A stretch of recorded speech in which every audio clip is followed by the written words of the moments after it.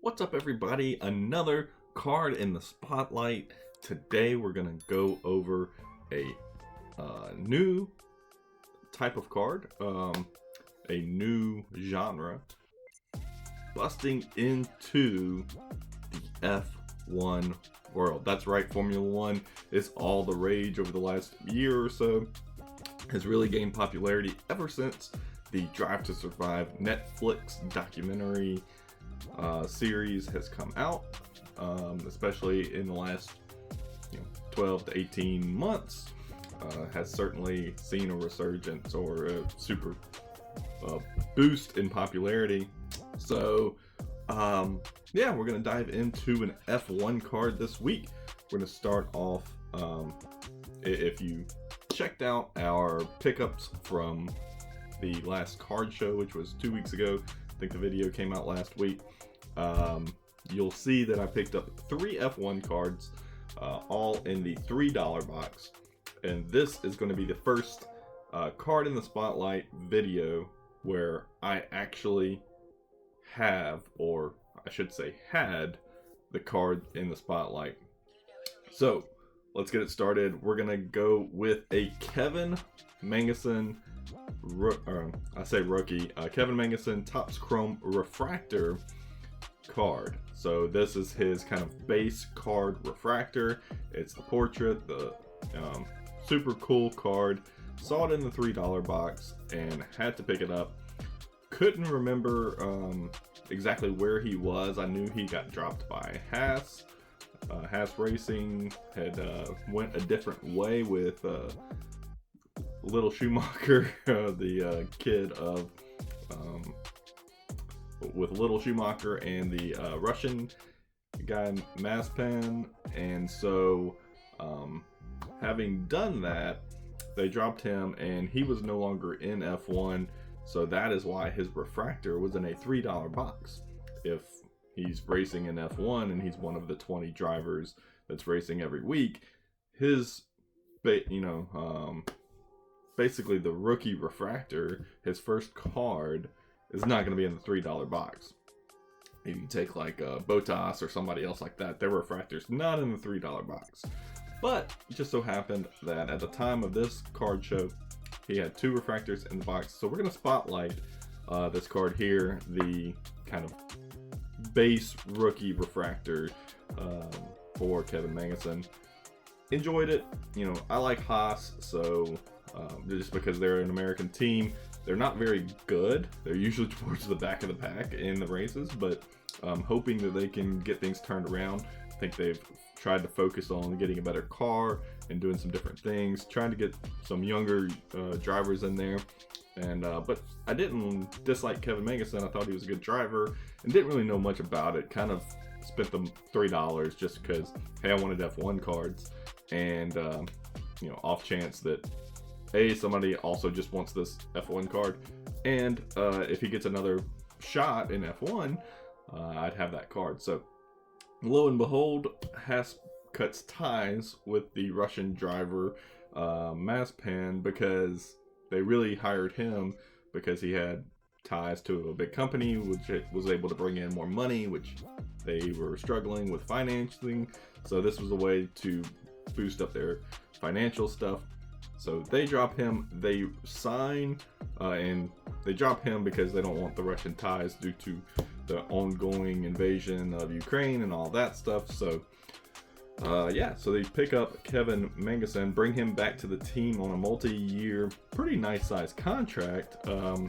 It was interesting because after I got back from the card show, I looked up exactly what was going on with Kevin Magnussen, and he had been doing well in IndyCar and some other race avenues that he was doing, but I don't remember everything that he was doing, but he'd won a race and he'd done pretty well after leaving F1. So he had made the comment that he would be interested in coming back to F1, but only for a top contender. He was no longer interested in joining a team in a car in F1 that had no chance at a podium.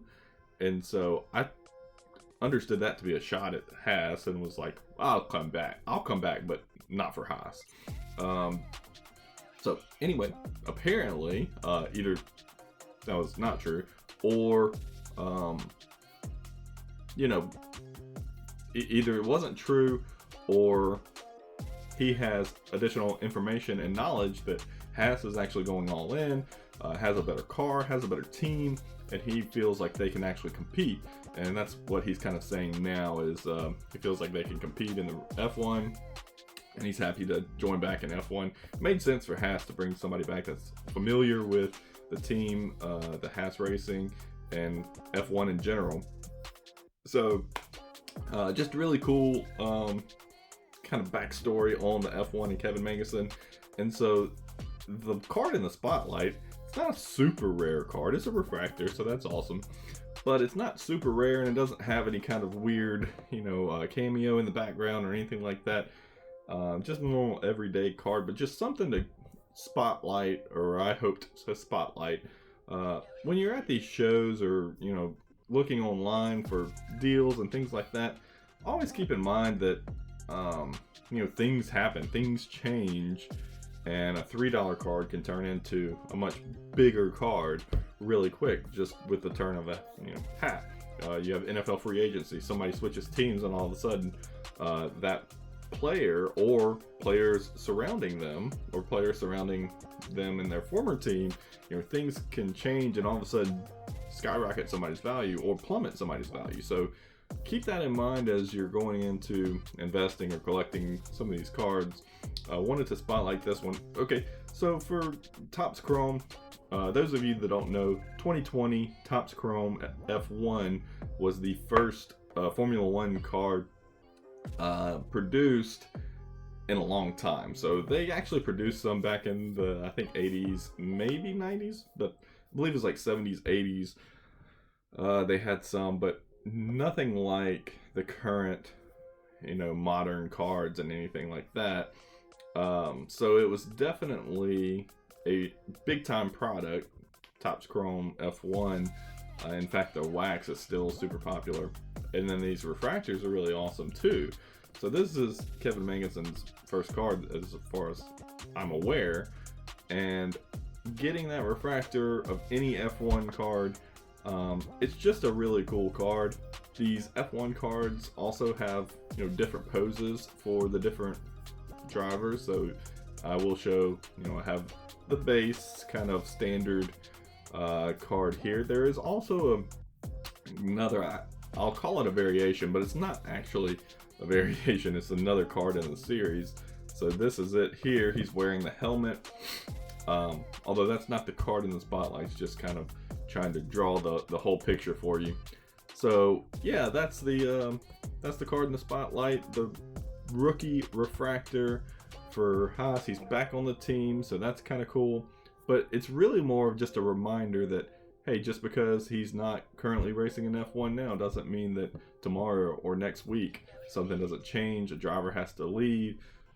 Somebody fires their driver and brings in somebody else. So always keep that in mind as you're going through some of these boxes and kind of speculating. It's certainly risky, because if he doesn't get picked up by Haas, does he have a market at all? And is it that big? Does this $3 card turn into a $1 card? To me, that was just a low risk, and I just wanted some F1 cards. Really worked out for me. I'll show you the sales here. I say this is the first time I did a card in the spotlight of a card I bought, but I no longer have it, so I just shipped those out. They are no longer in my collection, and I now no longer have any F1 cards because, side note, I also sold the Lewis Hamilton too. So yeah, I did pretty well on it. Sold the helmet version of the card for a little bit cheaper, just because they were going for cheaper, and then the standard kind of base rookie refractor, I sold it for a little bit more. Just kind of picked somewhere in the middle of the comps. Just wanted to get out of it. Not sure how Haas Racing is going to do. Kind of was interested in keeping it because the season starts up next week, I believe. But alas, couldn't pass up a quick profit there. Anyway, that's the card in the spotlight. I hope you all enjoyed. Make sure to do all the YouTube stuff down below. Smash that like button. Follow, subscribe for more. If you're interested in cards in the spotlight or other random things, you can check out my channel. and hit that bell notification if you want to be alerted every time I upload a video. We're generally putting out 2 videos a week. So yeah, like I said, follow for more, and thanks for checking it out. Till next time, peace.